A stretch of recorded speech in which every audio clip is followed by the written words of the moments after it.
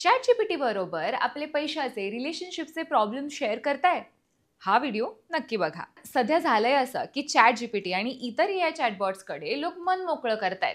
Therapist सारखं आपल्या life बद्दलच्या सगळ्या प्रायव्हेट गोष्टी ते तिथे सांगतायत. पण तुम्ही ChatGPT सोबत जे काही बोलाल ते मुळात अजिबात प्रायव्हेट नाहीये. ओपन एआयचे CEO सॅम अल्टमन यांनीच एका पॉडकास्टमध्ये हे सांगितलं. ते म्हणतात की लोक अतिशय वैयक्तिक गोष्टी ChatGPTला सांगतात. खास करून तरुण मुलं-मुली या प्लॅटफॉर्मकडे थेरपिस्ट किंवा लाईफ कोच सारखं बघतात. रिलेशनशिप्स मधले अनेक प्रॉब्लेम सांगतात आणि सल्ले मागतात. हे सारं करताना मनात हेच असतं की ही सगळी माहिती आपण आणि या चॅट मधलीच आहे. पण तसं नाहीये. तुमची माहिती प्रायव्हेट नाहीये.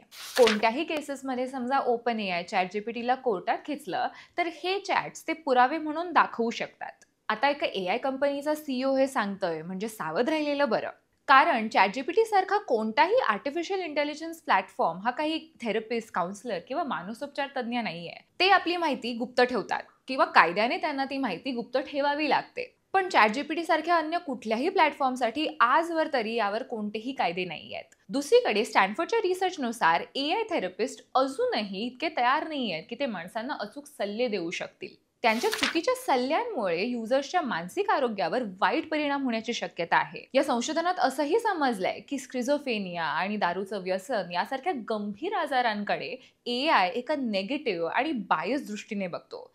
त्यामुळे त्यातून मदत होण्यापेक्षा हानी होण्याची शक्यता जास्त आहे. मुद्दा काय की जोपर्यंत प्रायव्हसी आणि AI यूजवर काही कायदे नियम येत नाही तोपर्यंत AIशी जरा सांभाळूनच बोलणं बरं आहे. ते काही थेरपिस्ट नाही. जमल्यास तुमच्या जवळच्या आपल्या माणसांशी बोला. त्यांच्याकडून सल्ले मागा.